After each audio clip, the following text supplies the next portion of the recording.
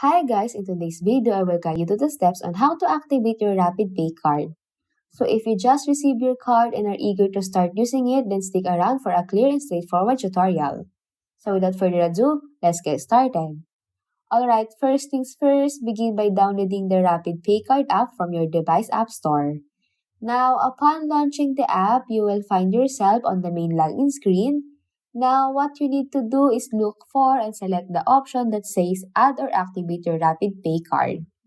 Now, the system will guide you to the activation process, requesting essential card details. So, you need to provide the 16-digit card number, expiration date, your date of birth, CVV, and SSN. So after inputting the card details, the system will prompt you to enter your active email address and phone number. So this step ensures you receive important notifications and updates about your Rapid Pay card.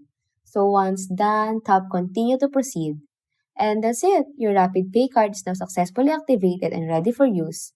If you ever encounter any difficulties during this process, then feel free to reach out to Rapid Pay card support for assistance. And that's it. Now, if you found this video helpful, don't forget to hit that like button, drop a comment, share this content, and subscribe for more guides and tips.